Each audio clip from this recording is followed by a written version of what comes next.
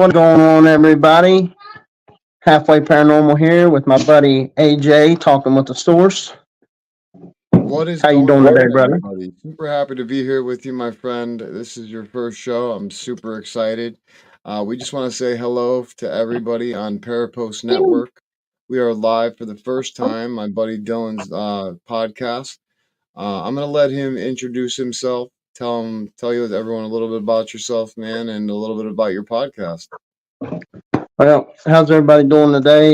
Name's Dylan Robinson, Halfway Paranormal here. Been doing the paranormal industry for about 10 plus years now. I actually been talking with my buddy here, AJ, about starting a podcast. It's been in the works for a good while now, and we finally decided to get into it and do it. And pretty excited about it. I mean, help from a friend and looking up in the world right now, and I'm very grateful about it. I know that. I appreciate it, buddy. Oh, anytime, dude. Anytime, dude. I'm just happy that I'm in somewhat of a position to be able to help you. You know what I mean? It's like I don't have the finances, but it's finally something that I can reach out and help a hand with, and it feels good to be able to do that finally. 'Cause that's Absolutely, my goal in life. You know. absolutely. It's a great Yeah. thing. Big dreamer, man. So I believe in making your dreams your reality. And anytime that I see somebody who has a dream, I'm like, if you're truly passionate, let's work together. Let's make it happen because I'd rather be successful with people that I love and I trust than be successful by myself because success is not money. It's pure happiness and inner peace. And it's being with the people you love. So, that's my goal is to bring everybody that I can with me that I love and trust. Hey, it's all about building people up. Take them with you. Don't forget about them whenever you're making your way to the top. Amen. Amen. So, everyone, I have a video that I want to show. We're going to show a few videos. It's going to be from TikTok, but these videos, some of them are going to be from doctors, some of them are going to be just, some informational videos. Take these just as information and do with what you wish. This is for an open mind, and this is not a belief to be shoved upon anybody. Your belief is your belief. We believe in, believing in everybody's beliefs. We respect all of them. So but we just want to use this in that way. So let's bring it up first. Hold on, let me bring it up on my screen. Here we go. I got that set up. So just gotta share my screen. Sorry about that.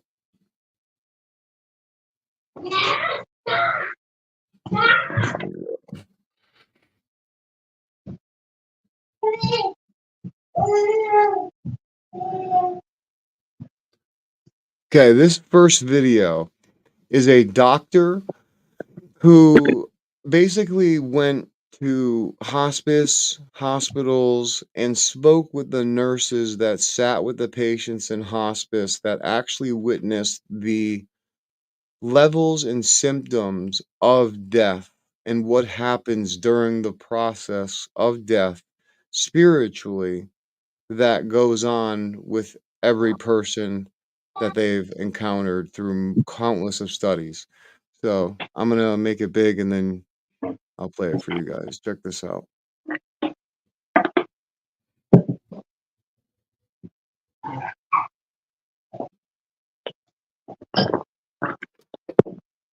Can you hear that or no? I don't hear no sound on it. Okay, give me 1 second. All right. Sorry about that. That's a lovely podcast equipment that I have. It likes to do funny things. Oh, it's all good. It's because I didn't have the sound on. Look at that. Science finally confirms what happens when we die. Ask your nurse friends about deathbed phenomena. Now, if you go into a hospice, it's less so now, but very strong then. You find that it's divided into bands. There are the nurses who are in touch with the patients. They see all the phenomena of dying, and the doctors who aren't and say it doesn't occur. So there is really quite a significant difference between these two. And I have some really interesting stories about this gap between the medical and the nursing staff. As I say, it's less now. We did 3 hospices in a nursing home in this country, and we did 3 hospices in Rotterdam to get a cross-cultural component. It's not very cross-cultural, but it's just slightly different, a little bit further away. And we found the most fascinating things. And so it's allowed us to put together a measure of the sorts of things that you can expect. The first thing that you may get is a premonition. And that means that you know you're going to die. So before you get the diagnosis, you learn in a dream, maybe, or it suddenly comes to you that you're going to die.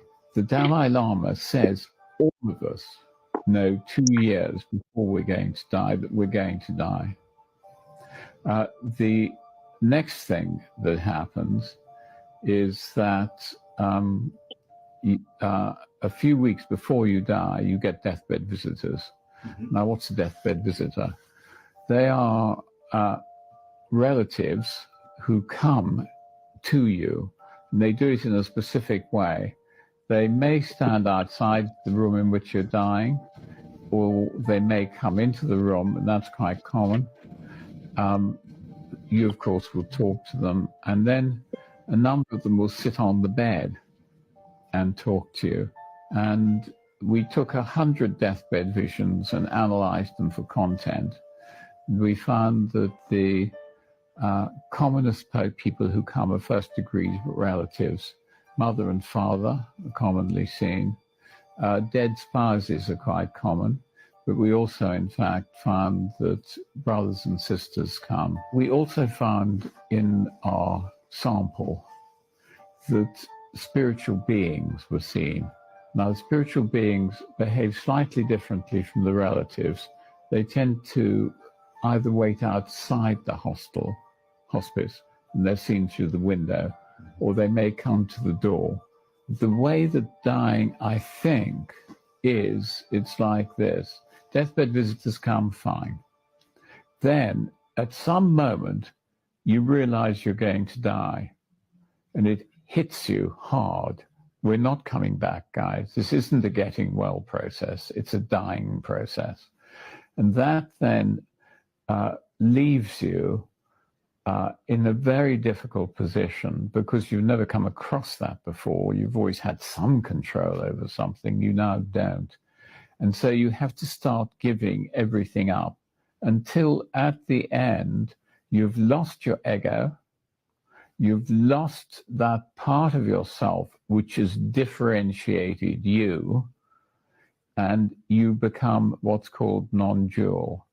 That means that you do, in fact, merge with the universe. You will become universal. So that's what the data shows.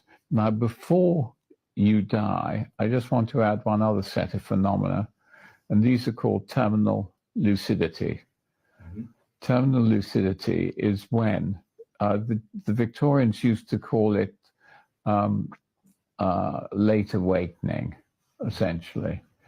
And what it was is that you suddenly sit up in bed, say hi to the people around you, but actually you don't say hi, you say goodbye, because you know you're dying, and then you lie back and die.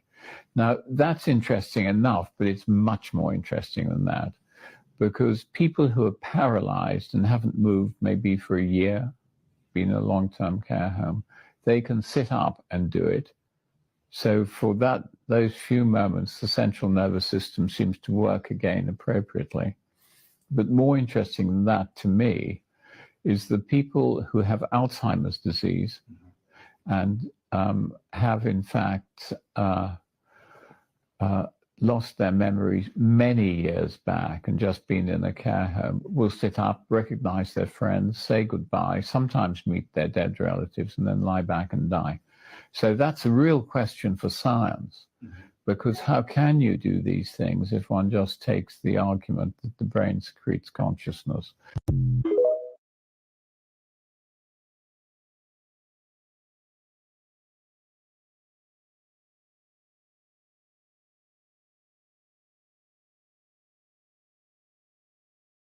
So the reason why I wanted to show that, he says a couple amazing things, as you heard. As a doctor, okay, he is talking about us actually merging back with the universe, that our consciousness does. And he says if our consciousness was secreted by the brain, there is no way that a person with Alzheimer's who has lost their memories years back, or say even dementia patients, right?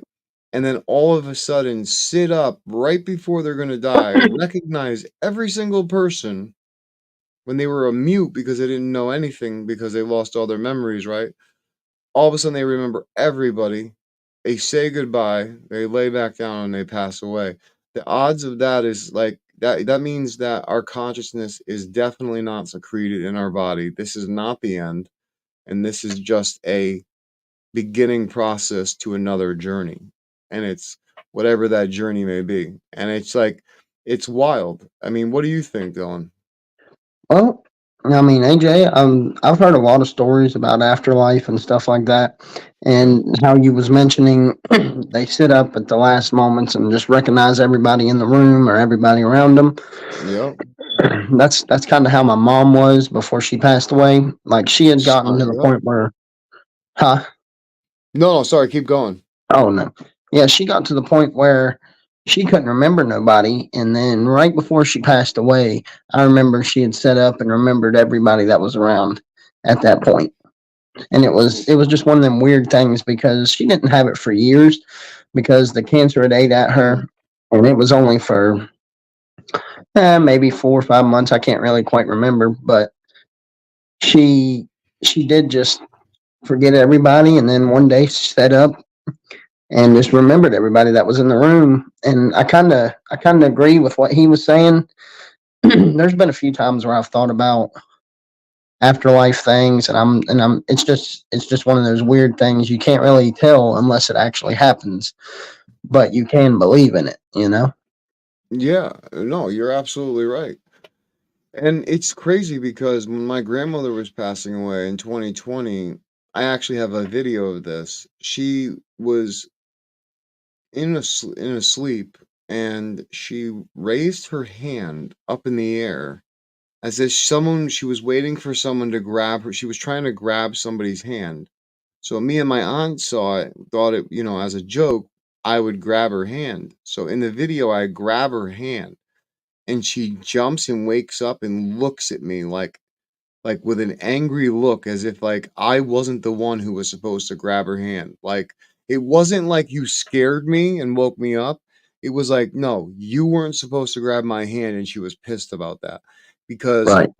even when my dad had passed away, right before she passed away, unexpectedly, my father randomly passed away, as you know. And it's like we didn't want to tell her because in your last moments, the last thing you want to hear is your firstborn son dies. You know what I mean? And Yeah. we thought that would really affect her because she was in a very positive attitude about the death. She was ready to go. She sat with a priest. She laid out all of her sins. Like she was so like happy and she's like, "Listen, don't be sad. I'm ready. This is great." And she was telling everybody it was real weird because my grandmother was an amazing individual, like very and more intelligent than she thought she was because she had a third grade education. Literacy, dropped out of school at third grade, and had no reading or writing. I mean, it was that bad, and didn't work at all her whole life besides cleaning houses under the table. So to have that kind of intelligence, I just, I try to always tell her how amazing she was for that. But it's so fascinating because she knew that my father had passed. One day she had woke up from a nap, and my aunt was in the room like getting some clothes and cleaning, and all of a sudden she goes, "Ann, what happened to Ralph?" And we hadn't told her yet. And he was in a vegetable state in the hospital. And my aunt's like, "What are you talking about, Ma? Ralph's fine. He's in the rehab." "No, he's not. He's dead. He just came and visited me." And we were like, and then when I told her, she was like, "I told you guys." I wasn't shocked. He came and visited me and told me. And I'm like, "What?" You know what I mean? Like, Wow. and then if you ever hear this, I watched this other video where in Christianity or Judaism, whatever you want to call it, they will say that God's name is Yahweh, right? So that's what the spelling of the Arabic and Hebrew comes out to, Yahweh. Well, so the guy explained it and said that it's not a name, it's actually a breath, meaning that he gave like it says in the Bible, a breath of life to us. So if you say Yahweh and you go, Yahweh, like that, if you think about it, when we die, we take a last breath and we make a sound that says Yahweh. Like basically because we let out our air. And we take our first breath as a baby being born that way. We take our first breath in. So if you think about it, as the sounding of Yahweh, it's the sounding of taking a breath in, meaning that the life force of the creator has entered the consciousness of that whatever this thing that we're a part of, God or whatever people call it. Um, it literally has said it in these sacred texts. This is what it does. And for these people, thousands of years before us, with less technology, knowledge, science, certain things like that, how would they know? Sorry, how would they know? What's your opinion on that? Well, I mean, honestly, I don't have too much of one because that's one of them things that kind of stumps you. Like you said, I mean, you was speaking about how they say that Yahweh right before they die, their last breath kind of thing. Well, Yeah, to me, I've actually never heard that theory. I've never heard that. Nothing even to that hand there. But that kind of makes sense in a way because if you look at it, how you're explaining that, it makes a lot of sense because right before they pass away, like you was speaking about, the creator or what it is comes in, and it's like, it just kind of blows your mind there at first, especially if you're around when they do it, because you're just stumped. You're wondering what's going on.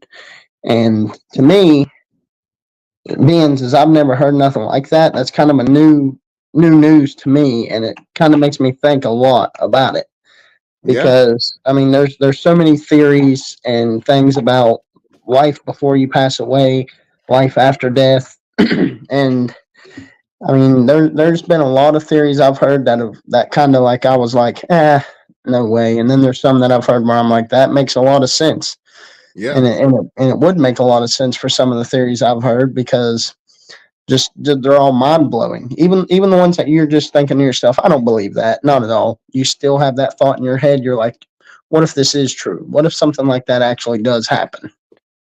Well, I'll tell you something. I don't know. I told you about my near death experience, right? I believe so. Okay. For your viewers who have never heard this before, for all your friends, I was addicted to Oxycontin, then got addicted to sniffing heroin. I was addicted for many years, and drove my life into the ground, got arrested, got in trouble. Never something serious, but it was always for my stupid drugs. It was for hurting myself. And I was so always angry at them when in reality I wasn't seeing the clearly because of the drugs. Well, I ended up dying, overdosing, literally clinically dead.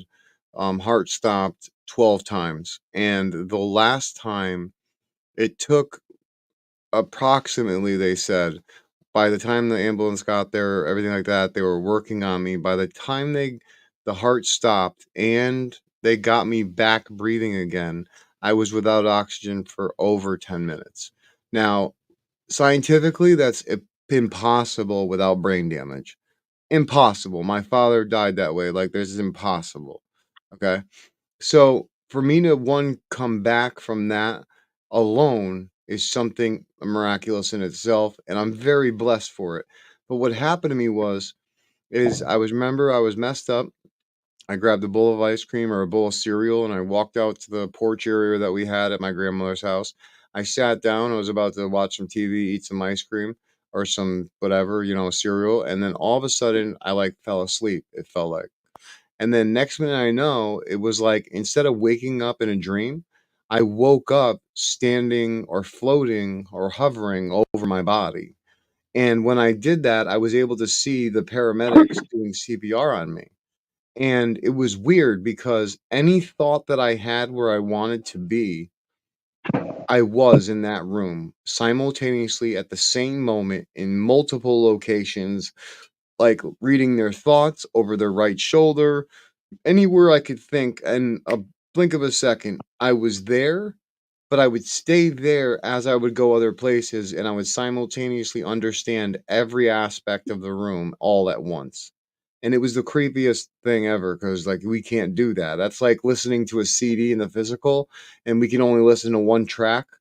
But in spirit, we can listen to all 12 tracks, understand all the instruments that are being played, hearing them all individually, understanding all the lyrics individually for every song. Like, it's that intense, you know what I mean? Right. And then I got sucked up into this, what I call tube or tunnel.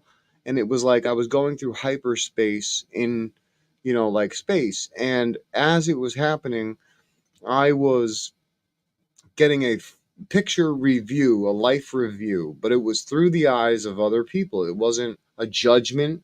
It wasn't anything along those eyes. It was just showing me my life through other people. But it wasn't just my life. It was from the beginning of creation to the end of my life. I saw everything in a different perspective from other people's points of views.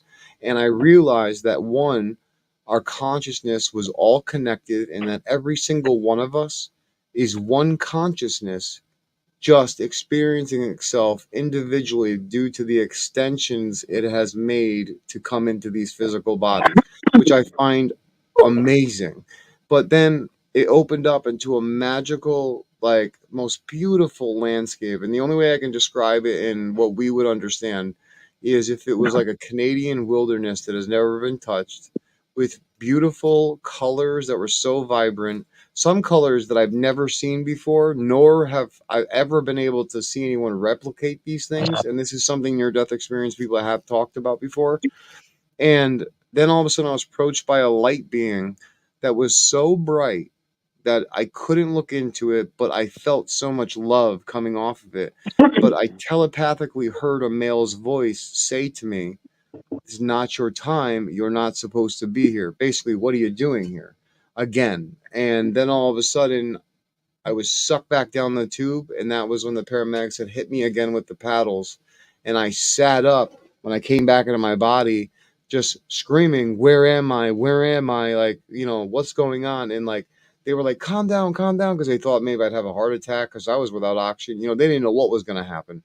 So, and they thought it was just the drugs until I had said to them something that they were thinking, and then they said it out loud to each other, and their faces kind of went pale, and they looked at each other, and then they just looked at me and said, "It's all right, buddy. Don't worry. It was just the drugs. Don't worry. Just calm down. We'll get you to the hospital." And they pushed me off, and that's when I got, nervous, and then I went down this paranormal route due to things happening sensitivity wise after the fact. But just for your viewers, so they know a little bit about me, that's why I got into the paranormal and got into this type of stuff. But I want to show another video right now about death and the afterlife. So hold on one second. Let me bring it back up on the screen real quick.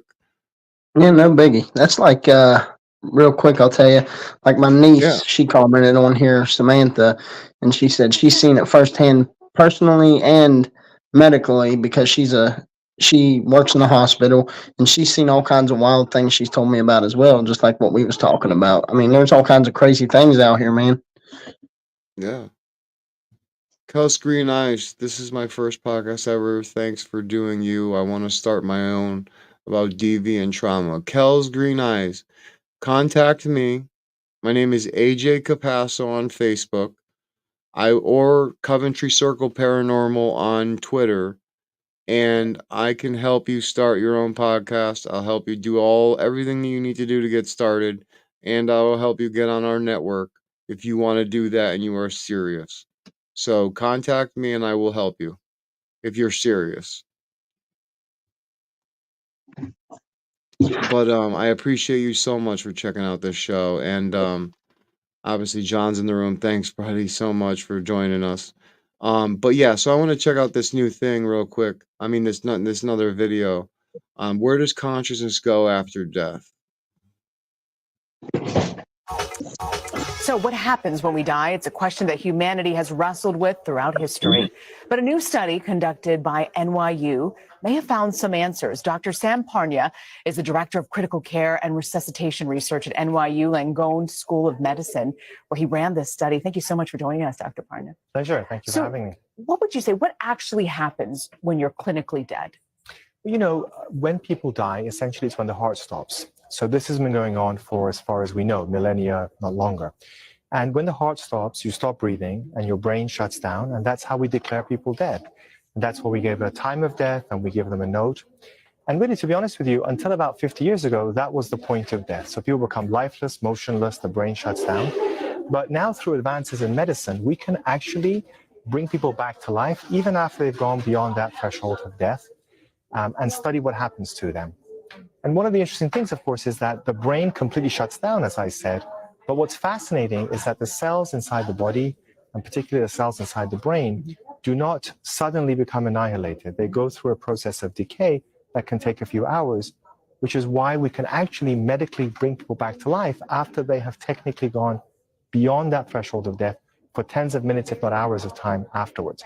And that, of course, raises many interesting questions about what happens when we die. So tell me more about this study. How did you conduct it? And tell me about, how you came about reaching your findings, your conclusion. No, I'm an intensive care doctor, so my job is to essentially save people's lives and prevent them from dying. But unfortunately, people do die, and we try to revive them. What we have found is that over the last few decades, many millions of people have now come back, and many of them have reported, actually, anecdotally, that they've been able to see and hear things going on, even though from our perspective, they should have been dead and their brain should not be functioning at all. And so we became intrigued to study this, one, because it was fascinating, and two, because we tried to revive people without brain damage and to ensure they don't have any disorders of consciousness, so not becoming like brain damaged or having a vegetative state. At any rate, so this particular study is the largest study ever carried out in the world. It was done in 15 medical centers across the US and in Europe. And we studied more than 2,000 people who'd gone through this cardiac arrest or process of death. And we did not expect people to have any consciousness or awareness, but intriguingly, up to 40% of people came back and had a perception of being aware of what was happening to them, even though they had technically gone beyond the threshold of death. Why do you think that is?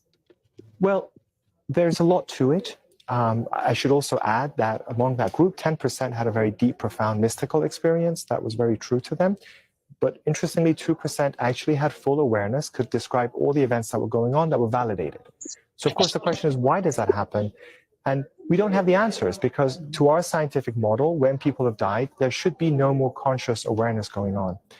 But it sounds like maybe consciousness is able to continue. And by that, I don't mean that they're awake, but that entity that makes us who we are, makes Sam who he is, makes Rena who she is, the self, the mind, seems to continue and doesn't become annihilated after a person has gone through their process of death. Were there any of the people that you studied that completely lost all consciousness? Well, that's what I was trying to explain. Yeah. Everybody loses consciousness immediately as soon as the heart stops. It's not like they're awake and watching us. Well, you mentioned that there were some people who remembered there was some sort of mystical experience that they were going through. Were there some people who said, nope, didn't feel anything, didn't? So some people don't have any recollections. What we don't know is whether they had experiences and forgot it afterwards, and that may be what's happening. Because of course we forget a lot of things, and most of the people who are brought back have issues to do with their treatments. We give them sedative drugs, which wipes out their memories. So that's part of what we're studying now, is does everybody have this experience? And how long does mind and consciousness continue in some format, even though we've gone beyond the threshold of death? Do you have some sort of conclusion as to how far the mind and consciousness goes? Again, from what we can determine, which is actually fascinating, and it raises questions about our whole science, about what happens when we die, is that it appears that even though people have gone beyond that threshold of death and their brain has shut down, that entity that we call consciousness, the mind, the psyche, whatever you want to call it, does not seem to become annihilated. From the evidence we have, that at least tens of minutes, if not hours of time afterwards, how long beyond that, we don't know at this point. For the folks who have lost consciousness and come back, have there been any long-term effects afterwards? Well, those people who have these very deep, profound, mystical experiences, often they describe a sensation of being very peaceful, seeing a bright, warm, welcoming light, sometimes deceased relatives. And intriguingly, some of them describe a sensation of a being that they describe as being perfect and full of light and love and compassion. Those who have that experience are often very positively transformed for the rest of their lives. It's very profound, it's Really? real to them. They become less afraid of death, they lose their fear of death completely. They engage in altruism, they're more helpful to people, they engage more with family. It completely changes them. So there's something very profound about this experience that they have. We often hear people say, I saw the light, some sort of light. Why do you think it is that some people see that and some people don't? Well, so there are two possibilities. One is that, as you said, only some people see it, and we think that it might be 10%. But the alternative is that everyone sees it. But unfortunately, because of the medical treatments that they get afterwards in the intensive care unit by doctors such as myself to save their brain, they forget it. And one of our new studies is trying to actually decipher whether people have had it but just forgotten about it. And so I think there is some evidence that more people are having it, but unfortunately they just forget it afterwards. It's a fascinating study and a fascinating look into death and those final moments as well, and returning back. Dr. Samparnia, thank you so much for joining us. Thank you. Pleasure to be here. So what happens? It's a question that... All right, so tell me, man, after what I just explained to you, and as you know from my near-death experience, the stuff he just said, did that not resonate to exactly my 2% of the population that has died and had a mystical experience? Because I positively, completely transformed my life, been clean and sober now for so long. It's ridiculous, and I never thought I would escape that grips.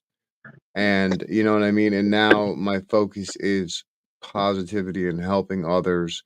And, but one thing that has got construed on my show is that people see the show and then they don't understand what I say. Yes, I've been positively transformed, but there's two things in life that get me back to my old self. And that is if you hurt my friends that I truly love, or my family who I truly love, are the only two things that get me out of character and get me back into my old self. And that's something that I'm working on still to learn how to overcome that, because I don't want to live like that, but it's also better to be a dangerous man that never has to use it than be a good man that doesn't know how to use it. You know what I mean? If that kind of makes sense to anybody. So I found this very fascinating. I thought it was amazing to see the percentage. What did you think, Dylan? Well, I mean, first off, I'm glad you're still here with us. Congrats on being the sober, and let's keep you going down that path. Thank you, brother. Second off, I agree with all of it. I mean, like you said, it sounded exactly like your story. Like it sounded like that 2% right there. And it makes sense now because I've also heard stories about how some people see the light, some people don't. And with him explaining how after these surgeries to save their brain and everything else, they forget about it. Now it makes me wonder if that percentage from 10% shoots up even higher. They just can't remember. So with that whole near death and life after death and things that you'll see, I mean, I think it's just an absolute crazy thing. I've often wondered about it. It's kind of like it's one of them things where you sit and you ponder on 90% of your life while you're still here, because you're always wondering what's going to happen to me whenever I pass away, or what's going to happen if I get near that near death experience and I see these things. What am I going to see? Different things like that, because you never know. You can't tell. There's only one person that can, and that's the man upstairs.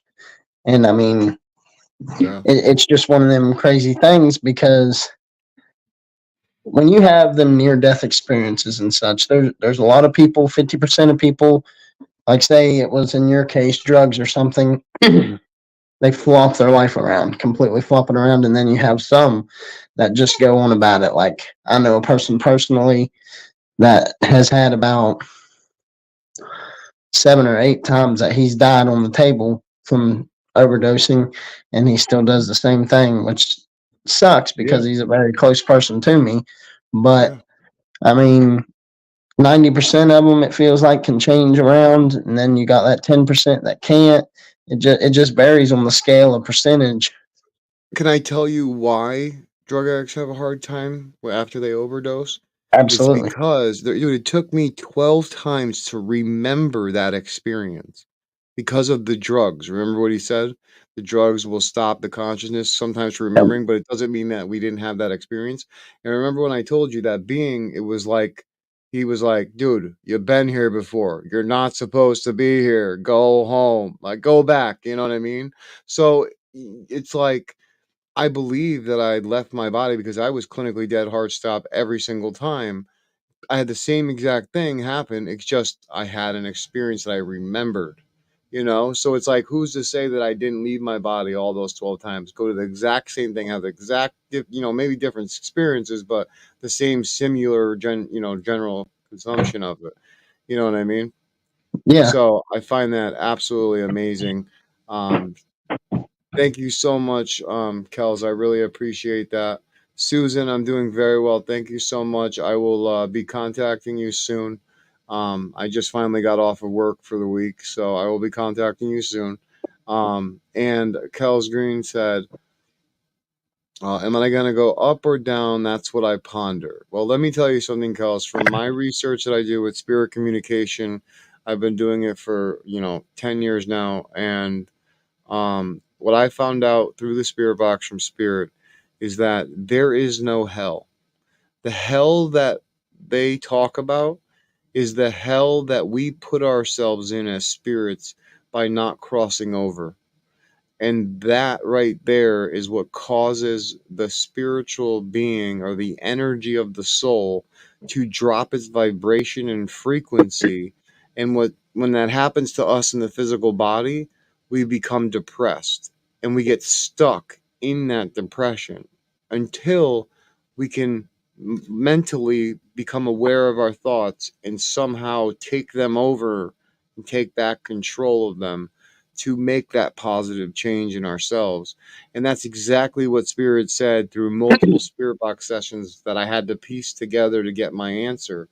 But it's wild that they said that because it makes perfect sense. Because the hell part of the Bible was actually not put into the Bible until the Second Temple period. If you look farther back, instead of looking in the Bible, look at other ancient texts from Sumerians, who are the most ancient people on earth, to what they say, which is so far out. But it makes complete sense because science has proved everything that the Sumerians have said, and those were written in stone, not on paper by man. So remember that. It was written in stone by man, but written in stone is more solid than written in paper, where it can be translated and redone over and over like the Bible has been. So that's why I'm trying to say there's so much to the afterlife that is not negative, but it's so perceived as negative due to our upbringing and our societal, way we look at things. But what's your opinion on that, man? I mean, to me, what I've always heard was that there was always a heaven and a hell. And what I always heard was that hell was a place you went. If you sinned your whole life, never asked for forgiveness, never was saved, nothing like that, you went down there. And I always heard stories of burning fires harder than you could ever imagine, Mm-hmm. and just living in that your whole eternity, like never non-stopping. And then I always heard about heaven being the most beautiful place you could ever think of, vibrant lights, All right. colors, Yeah. things that you could never imagine. But with you saying that, speaking the way you just did about that kind of makes me wonder in a way, because any other time when somebody would mention something about there not being no hell, I'd disagree with them. But you also brought up the fact that it had to do with the Bible, and you was stating the facts that has to do with it, how it was written in stone, and things like you said, and then all the spirits that come to you and was telling you about it. And one of the reasons that we can actually believe them is because, well, they're spirits. They're actually living that life. So Yeah. they know what it's like, they know what it is, and it's just it's a crazy thing. It is, because you got the spirits telling you about it. Um, they're telling you, Well, well, you it's want to know not what one it's. thing they said? They What's said that? this. They said, really think about what you're reading, because of the fact that, think about it. A God that is loving and caring in one part of a book, but then is also jealous and wrathful towards you, like a girlfriend, that's a human construct. That's something they put in 2,000 years ago to control the population of the people because faith was very big in those times, like how it still is in the East. And they in the East they are very stuck into their religion, especially Islam. They're very traditional, and I respect them so much because I've studied that religion. Very respectful and very traditional religion. But the problem with it is that it's the way the texts are translated and the way that they interpret it that causes these type of things to get taken out of context. And also, man has touched these things and has altered these things. And it's like, it's not the book from 2,000 years ago. It's the book that was just printed yesterday down the street at the bookstore. You get what I'm saying? Yeah. So, and it's been translated so many times, and there's so many different copies of the Bible, versions of the Bible. So, like King James Version. What people don't know, King James, right before he took out the 14 books of the Bible that is missing, that you can find in older aged Bibles, like 1500 Bibles, 1500-year-old Bibles, or in the 1500s Bibles, I'm saying. And King James actually wrote a book on demonology right before he even constructed the Bible together and did it for the people. But if you think about it, as a king, what does he want from his people? He wants the same thing a government would want. He wants you to be in line. He wants you to fear something so that you won't rebel. And then it's told in the Bible, you have to give 10% of what you earn to God. Why the hell would God want money? Because money is a material object, and that's not the reason why we're here. We're here not for material reasons because we can't leave with those material. So why Absolutely. would God want money from us? So you know what their excuse is? It's not about the money, it's about the discipline and respect that you're worshiping God. And I said, God doesn't care about that. God cares that you're treating others the right way. That's the only thing that I was told on that other side that was cared during my whole life review because he showed me my life through others' eyes. He didn't show it to me through his. He didn't say, I'm going to damn you because you pushed that kid down the stairs or you called that girl fat when you were in elementary school and you were a bully. You know what I'm saying? Or you know what I mean? Or like you killed somebody. It's really hard for people to understand that there's not a hell place, but there is a judgment where they have to answer for their things, but it's not a judgment that we think of like, oh, you're standing in front of a judge like here on earth. You get what I'm saying? Absolutely. I understand So that. that's where the misconstrued comes in, and that's what I can't stand at being a Christian. And we walk this fine line as Christians where it's like a fence. One side of the fence, this is what my friend said. One side of the fence, the demon and Satan is on. One side of the fence, God and his angels, and I'm on. But most Christians walk on the fence. And you know what the devil says? Well, that's good because I'm the one who made that fence. You know what I'm saying? So think about that. Let me My ask friend you said that to something. me on a podcast the other day, and I thought that was very profound. So Right. I was like, wow. So unfortunately, I have walked away personally from Christianity because of things that I studied during ancient texts, and my mind is opened up. But in your opinion, I know that you're a Christian as well. You believe in God like how I do in the Bible and stuff. What do you think about hearing different aspects of this in a different way? Does it open your mind up or does it close you off and say, "Oh no, I can't think that way"? What do you Well, think? I'll be honest with you. With me, I was raised up one way, and we always went to an apostolic Pentecostal church that we had right down the street from my house, and they always taught us about God and everything else. When I hear these theories, some of these theories, I've never really had too many open my eyes. Most of them, I'm just kind of like, shrug it off, and I'm like, nah, Shrug it nah, I don't believe any of that, Yeah. nothing like that. And then I've heard a couple theories where it's just kind of like, that could make sense in a way, depending on how you put it. Yep. With me, how I was how I always thought about things is Mhm. you're born, you live, you die. What I was taught was you get baptized, you get saved in the name of Jesus, Yep. and you live the right way. You walk that path of God, and you do right by Him. And if you sin or anything like that, you always ask for forgiveness. And if you're truly sincere about it, you will be forgiven. And you just live your life by God. But here's the thing. I'm sure you feel the same way I do. Yep. You're supposed to live your life by God. You're supposed to do everything right by Him, and I understand that.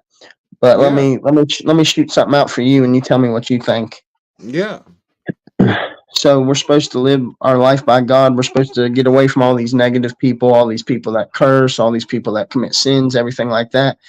To me, that seems like it's almost impossible to get away from people like that, because when you're out in public, you go to a grocery store, you're almost 90% guaranteed going to hear people cursing, committing crimes, doing different things. If you just walk out of your house, it's possible that you're going to hear people committing crimes or see crimes or be around people. hmm And I mean, I get the part where you can clear your life out and you can get rid of the negative people that you have in your life personally. But what about all the other ones around you? Yeah. No, you're absolutely right. And that's what makes this life so hard. And that's why people believe that yes, this life is hell. And what Spirit said and what made sense on the other side when I passed away, this knowledge that came with this life review was um hmm, it's actually wild. So we make, I guess, according to them, a soul plan and a soul journey before we come into the body of the baby or the fetus, whatever you want to call it. Okay. Well, that plan, you sit down with your guardian angels and your guides, and they are instructed to push you in the direction of these plans because when you go into your body, as you know, our brains are swiped. We don't have any memory of being that spiritual being. We just only know the physical. And the farther from birth we get away from it, the farther we get away from knowing who our true selves are until we discover it later in life, if we ever do. Um, most people don't. But the thing they said was the reason why we incarnate here is because you have to think of it like this: a doctor who goes to school for 8 years studying books about how to become a surgeon is not ready to become a surgeon. He could read all the books in the world, but until he experiences that, he's not going to have that experience to really fully understand.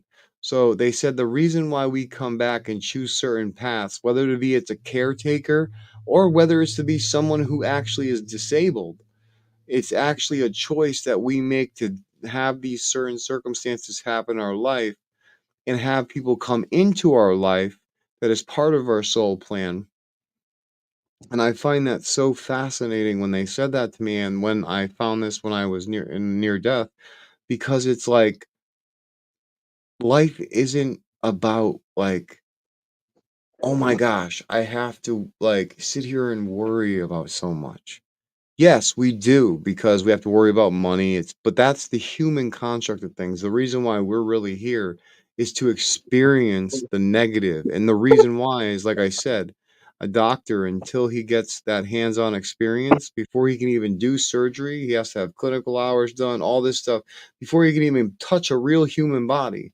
So he can't do that without the hands on. So in the spirit world, we can read all about and understand all about having cancer, about dealing with all the negative crap we deal with here.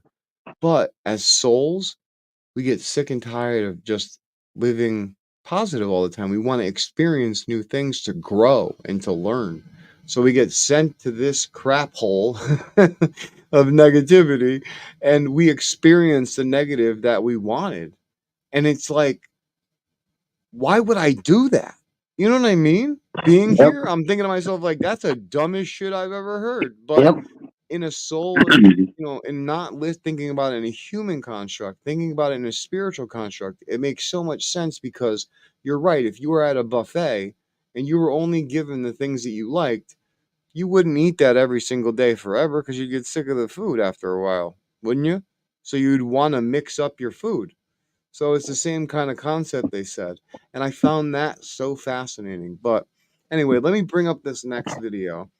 And then I'm going to bring up a Billy Carson video about the Sumerian text that talks about the Noah Ark story, but it was in the Sumerian text, and they have actually taken the text and stolen that story from the Sumerians and turned it into this. And they actually have they have the ark's dimensions written on stone, but it's not the way that the Bible constructed it as an ark, like a boat. It was Yeah. constructed like a circle. It's really fascinating to hear. So let me see if I can find that after, but let's listen to one more science one real quick. Let's see what this one is right here. I haven't actually I've listened to this one. Hold on. If I can get to it. Come on, computer.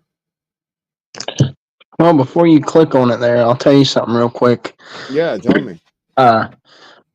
How we was talking about that. I'll tell you how we was talking about crap, just coming into this crap hole and stuff. Yeah. Well, this wasn't something I was taught. This was something I taught myself. So back whenever my parents died, I didn't want to be one of them people that mourned and was sad about it all the time and everything like that. So I started thinking of things, and what I come to a conclusion of was I've had a rough life. I have, but what gets me through it is I can't mourn on myself because how I think is there's always somebody out there that has it worse than I do, whether it's just a little bit or a lot. And I sit here and I'm like, hey, they have it worse. There's people out there that have it worse than I do. I'm just thankful that I'm not one of those people. I do have it bad, but and then what gets me through it every day is I don't live my life always worrying. What I do is I'll start my day. And what I do is I'm making a point to at least make one person laugh every day. And usually I can get quite a bit of people to do that because it makes me happy. It makes them happy. I'm not worrying about anything negative. I'm just enjoying life. Yep. Amen to that, brother. Absolutely. Amen to that. That's exactly what I do, man. I mean, I literally do jokes with my friend and we make people laugh. At first, we make them feel uncomfortable because it's a stereotypical kind of joke because my friend's Filipino, but he looks Chinese. So I'll come up and act like I'm mad at him and be like, and I'll look at the customer and be like, can you believe these Chinese people? And then he'll turn and look at me and be like, you in my store, white boy? I eat your cat and my dog. I don't play around. Don't you mess with me. And we go back and forth acting like we're really fighting. And the people get so uncomfortable at first. It's only white people do they get uncomfortable. It's so funny. And then all of a sudden, we just stop. We look at them and we just burst out laughing. And they had Right. totally forgot when they walked in that he spoke to them in English. you know? So it's so And funny. And then they're like, oh my God, thank you so much for making me laugh. I was having such a bad day. And they open up and they just feel so much better. And it's so sad to see that people are scared to laugh about things, you know? absolutely, dude. It's beyond crazy. But whenever you get that one person during the day that's like, hey, I needed that, or hey, that helped me out so much, that right there makes your entire day so much better. Yeah. Like you can go the rest of your day with a smile on your face that will not disappear till you go to sleep. Amen. All right. Well, let's listen to this one. Death Part 1. What happens at Death After Death Part 1? Did you know that when we die, our souls undergo a life review that lasts for 21 Earth days? As our spirits depart our earthly bodies, we instinctively gravitate toward a brilliant light, the source of the reincarnation cycle. We then have a full lifetime review. Following this review, which evaluates our accumulated karma, we face a choice. Either re-enter the cycle of reincarnation or reconnect to the ultimate source and consciousness of the Creator. Then, upon choosing to incarnate again, we choose our life paths. and make soul contracts with people we will meet in the physical realm, such as our parents, family, and friends. Contrary to the conventional notions of heaven and hell held by some religious institutions, karma is the only power that determines our paths. And on this path, we have spirit guides that are with us, who are also known as guardian angels. Our actions, both good and bad, are meticulously recorded in what quantum theorists and spiritual mediums refer to as the Akashic records, akin to the Christian concept of the Book of Life. Throughout our lives, we are accompanied by at least 4 spirit guides who provide guidance and support. These guides become our welcoming party upon our passing. This explains why many people who have near-death experiences report seeing familiar faces and feeling comforted. Once the spirit separates from the physical body, the silver cord is severed, and one is drawn toward the radiant light, accompanied by a guardian angel or spirit guide, often a friend or relative. This light serves as the energy source leading to the life review and reincarnation cycles presided over by the Lords of Cycles. These beings, not judges but reviewers, work under the Creator's laws and guidance. In this reality, Earth functions as a school where we acquire knowledge about emotions and limitations, serving as data collectors. Advancement requires learning from our mistakes, and failure to do so results in forced reincarnation in similar or lower states. It is said by many ancient Taoists that when you die and see the bright light, most are drawn and head towards it. However, most do not look behind them. Behind them is the... Did you know that when we die, our... Right there, I'm going to start there, and then hold on one second. I'm going to play part 2 real quick because it's not finished. There's a part 2, so hold on one second. Let me just get it up. But so far, what do you think of that, Dylan? Well, I think it's insane, dude. I really do. Like, there's just so many theories out there, and he made some good points in that video. He did. You know, it's funny because this is the exact same thing that I was just talking about that Spirit said. And it was through multiple Spirit Box private sessions that I do in my home when me and my friend Jonathan will even do experiments where he lives in Colorado, I live in Connecticut, and we'll do StreamYard sessions, and he'll do a Spirit Box session on his end, ask 10 questions. I'll ask the same 10 questions, and then we'll see if we get the same answers, and we do. And in these particular things and instances with these type of, answers, this is the stuff we're getting. This is what they're telling us. And it's wild. I mean, we have to, like I said, we have to piece it together. But it's like, it's crazy, isn't it? It is. And I mean, with me, with all my investigations I've ever done, I've never had the spirits actually talk to me about their life after death yet. But I've also never brought it up to them. But I'm sure if I would ever bring it up to them, that they would begin to throw me some information about what it's like and what they go through. And it's one of them crazy things. Like, they can tell you so much, and honestly, the majority of the time you have to kind of believe it because they're there, we're not, No, and you're absolutely right. And what they're about to say now is crazy because they talk about the reincarnation cycle. And Spirit said to us that we have, like me personally, they said I reincarnated 28 times. And then I had a medium connect with my guides who we connected with and said the exact same thing, and she didn't know about the sessions. So I'm finding this by synchronicity and through multiple answers coming at the same time that these things I think are actually true. So let me play this next part of this video and we'll keep going with this and see how it goes because this is really interesting. It is said by many ancient Taoists that when you die and see the bright light, most are drawn and head towards it. However, most do not look behind them. Behind them is the universe, and you can choose to go there instead of the light, and that will return you either back to your current life or back to the creator and source of the universe.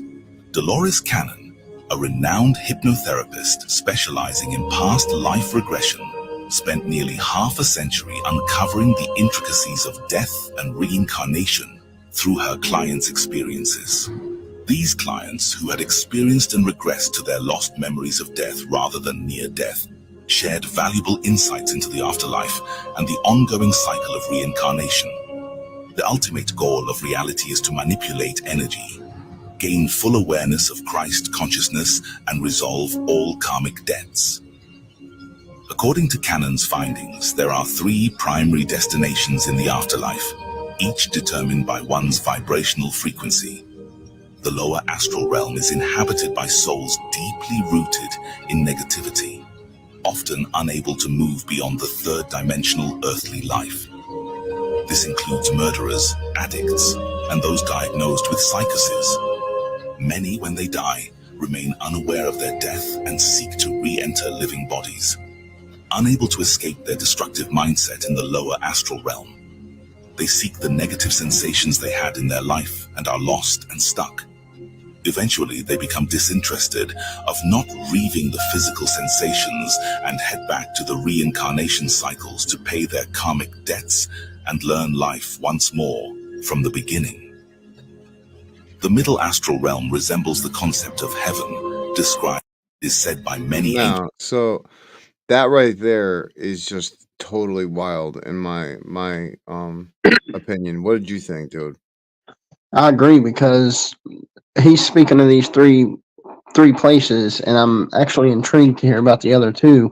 He's speaking about this first one right here, saying that they're stuck in their old ways even after they died. They're stuck down there or wherever they are with that negative mindset, with the same thoughts they had when they was here. And that kind of blows my mind, because what I always thought it was once you passed away, like, I never heard too much about hell, what your mindset would be down there.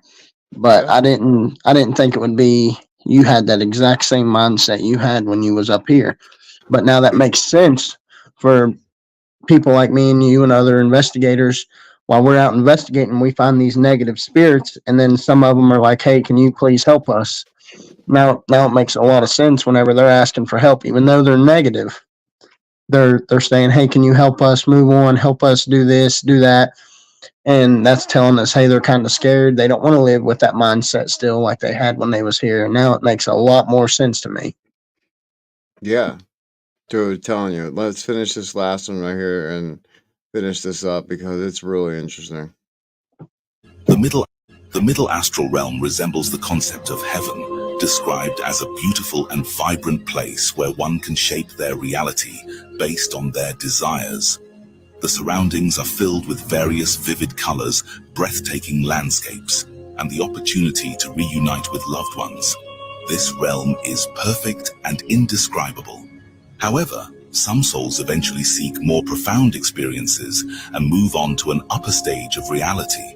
The souls that choose to move on progress to the upper stage of reality, connect to libraries of the Akashic records within the source. These libraries contain rooms where souls can observe and study various aspects of reality and the universe, informing their choices for future incarnations. An example would be like watching a film or series. It is entertaining, but it would be more entertaining to actually live and experience it. The next step involves interaction with the Elders of Cycles, a council that advises you on your lives in the universe, but does not dictate the paths you choose. After physical bodily death, a comprehensive life review occurs. Every action, word, and interaction is presented objectively from the perspective of those you affected. For instance, if you touched someone in a good way, you will experience what that person felt. And on the other hand, if you hurt someone, you will experience what they felt. This process aligns with the teachings of the Emerald Tablets by Thoth, the Atlantean priest king, who referenced insights on the Elders of Cycles. Mentioning these beings are neither alive or dead, and are life reviewers responsible for overseeing the universe's cycles, emphasizing the everlasting nature of the universe's laws and consciousness. Now, that's what I'm talking about right there. So this right here, man, what did you think about that right there? Well, I thought it was crazy, because he mentioned right there in the part where that second place is a place you can kind of design with your mind. You can design what you want to do, what you want to be, where you want to be. Basically, control it. Like how some people say they have the ability to control their dreams. I've never had that, but that's kind of what that is you can control what you're doing while you're there in that middle place. And that's just insane because I mean, I've heard about the first place in a way, but this section here, I've never heard nothing like that. So being able to go wherever you want, do whatever you want to do in that realm right there is insane to me, because that's probably, bringing it back to the paranormal wise, that's probably some of those spirits where they just seem so happy about where they're at and what they're doing, is because they're in that mindset right there. They're in that realm that he's talking about in that video. Yeah, you're absolutely right, man. And it's so funny because talking about those beings that are just reviewers and stuff, and how they mention the Book of Thoth. The Book of Thoth is an Egyptian ancient text. So for the ancient text of Egyptians to know this, and then for me to get this on a spirit box, connecting with my guides, it's such a weird thing to read and then witness it happen and then actually say it. You know what I mean? Yeah. So, but this is Dolores Cannon. She was, like they said, a hypnotherapist who did past life regression with thousands of clients. And she literally had them regress and literally map out what happens in the afterlife, what the afterlife is like, all this type of stuff. And this one right here is Dolores Cannon on Life After Death. She recently passed away, unfortunately, but this lady found out so much information in her studies and she shared it with the world. And I really encourage people to check out her content that's on the internet.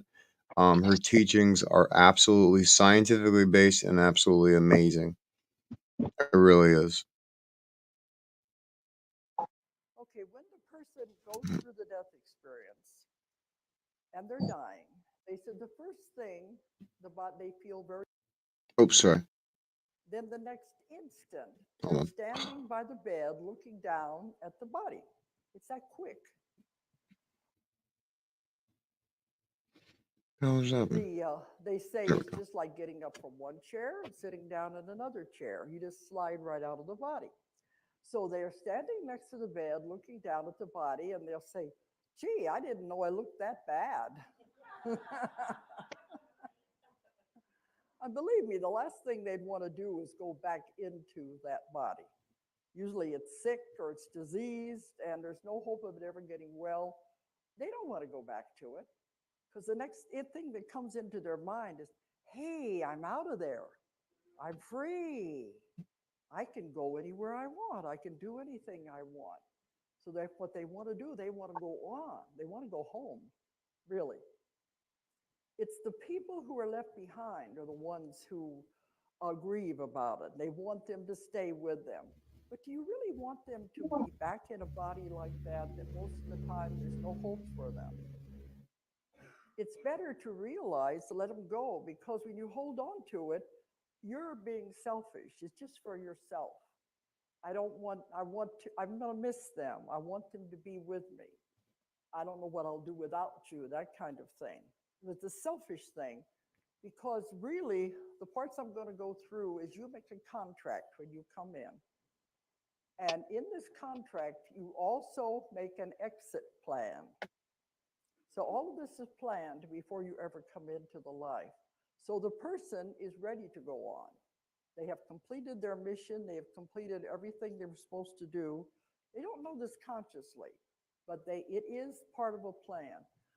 So the person who is grieving doesn't understand that. It's time for them to go. They are going back home. And you have to continue with your life as part of your plan and your contract. Anyway, the first thing they say is, oh boy, I'm out of here. I'm going to get to leave. I can go home. And I've found you are never alone. This is one of the greatest fears people have. They think when they die, they're going to be alone, going into the great unknown. That's not what happens. You are never alone. You're never alone when you're alive either, but you don't realize that. Because when you come into a lifetime, you have a guardian angel, if you want to call it that, a guardian angel or a guide that is assigned to you specifically. They have to be with you your entire lifetime. They have to take care of you. They have to be there for you. And they love to help you, but they can't interfere. They can only help if you ask for help. And if you do, boy, do they take over. But sometimes it can be a deceased relative that is assigned to you to be your guardian angel. But you do have one. And if your life gets a little complicated, you may have more than one. You can have as many as four, all taking care of different things. And if your life takes a sudden turn in a different direction, sometimes these guides will change places and another one will come in that has more expertise in your field that you're going into. So you always have somebody there. So whenever you actually die, leave the body, you're going to have someone, I call them the greeters. Someone will come to meet you and take you where you're supposed to go. Now, all of you have probably been with somebody dying in a hospital and they see unseen people around the bed. Have you ever had that happen? Usually it's deceased relatives. They see them standing around the bed. This is very real. The doctors and the nurses try to say, well, it's just the drugs or the oxygen deprivation because they're dying. No, it's very real. And I've had other nurses say it happens a lot, that they will see people there and you notice they're always very happy. So and so is here, you know they're going to go with them, husband, relative, or whatever it is. So Now, what I wanted to say on this is that she is so right on that study and what she's found out from the people through these regressions. Because, like I said about my grandmother, like she knew that her brother who had passed away, her twin brother, was there with her in the room, and she said it, and she said he's standing right there, which is so crazy because, like she said, it happens all the time. So for it to be the drugs, and my grandmother was on, she had cancer. She was on fentanyl. She was on Valium. She was on everything known to man to literally make her out of her mind. But for her to be that lucid to know, that my dad died without her with being told because he visited, and then to see her stepbrother, it makes a lot of sense of all these past life regressions from NDEs that this lady studied, that she found all these answers and mapped it all together through years of study. So, what do you think, brother? Well, the first part she was mentioning about um oh, what was it she mentioned at first? I know she mentioned the part about being alone. Oh, the part about never wanting your love, like when they pass away, you want them to come back. Well, she's absolutely right because say someone has cancer or some kind of disease that's going to kill them eventually if they would come back. Yeah. Yeah, you want them back. I get that, you do, but you don't really want them to come back and live in that body and suffer and just Mm. moan and groan because they're just so miserable. You might want them with you. That way you have them in your presence and they're with you there and not just in spirit. But you don't want somebody to come back, be in a body where they're just so sick that they can't stand it. And I felt the same way about my mom whenever she had cancer and stuff and she passed away. I was like, oh, I want her back. And then I was like, I don't want her to be here and have to deal with the life problems that we got and be in the body that she had. And then she mentioned the well, what was it? Being alone, and then what was the other part that I had mentioned a second ago? About how you didn't want them to suffer and stuff like that. No, the second part she brought up. Oh, about Oh, seeing yeah, go ahead. about seeing the people. Hmm. Which now, when my dad he off this self, and my mom he'd always come to the stairs where we had stairs that went down into the bottom section of the house. Every day he'd come to them sets of stairs and he'd stand right there. Yeah. and he talked to my mom or something if he didn't want to come down the stairs. Well, when he died, he was still laying, waiting on the corner and everybody else to get here. Hmm. And my mom turns and looks at me because I went down there to comfort her, be with her. She turns and looks at me and says, Do you see that?" And I said, "What's that, Mom?" She said, "Your dad standing there at the top of the stairs." Unfortunately, I didn't see it, but my niece seen it, and she seen it, and it was crazy. I guess he was standing there at the stairs, and he was just watching over them, watching over all of us there after he passed away. And that's another thing right there is just, I mean, you can see things 100%. Like how she mentioned, the doctors will say, "Oh, it's just the drugs or whatever they're on." No, I mean, some of it might be once in a while, but 90% of the time it's not. It's actually true. They might be out of their mind or something on drugs and stuff, but what they're seeing there is actually what they're seeing, because, Yeah. like she said, you're never alone. No matter what, you're never alone. Yeah. No, you're absolutely right. And it's absolutely crazy. And it's funny because, as I said before, like I don't practice Christianity like I did like I was very serious into Christianity. And it hurt me.